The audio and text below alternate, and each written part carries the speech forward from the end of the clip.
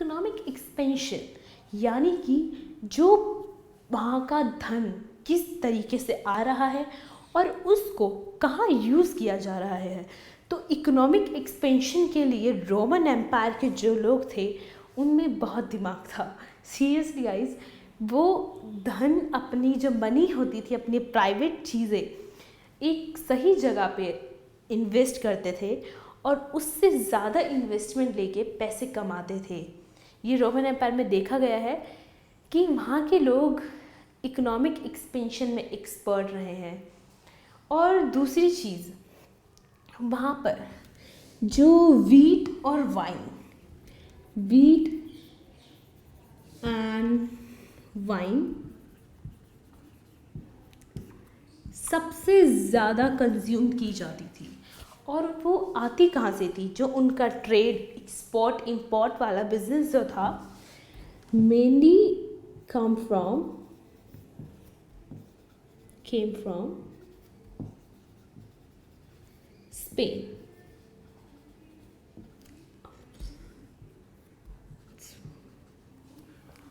Mainly come from Spain से एक huge quantity में ये गेहूं और वाइन लिए जाते थे।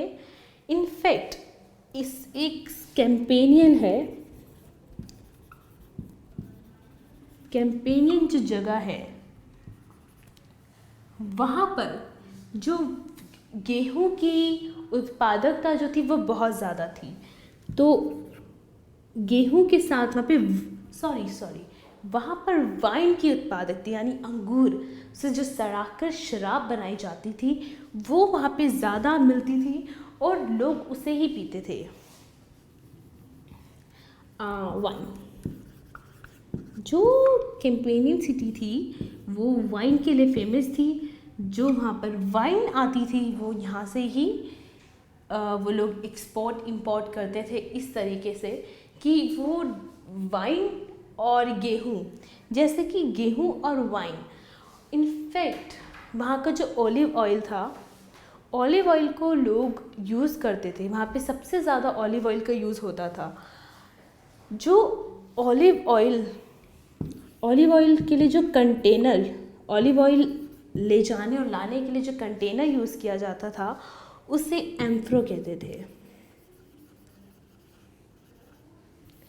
ये वो कंटेनर होता थे जिनमें से लीकेज नहीं होती थी और प्रॉपरली वो काफ़ी टाइम के लिए सुरक्षित और सही रहते थे कि उन ऑलिव ऑयल में किसी भी तरीके का डिफ़ॉल्ट नहीं हो पाता था।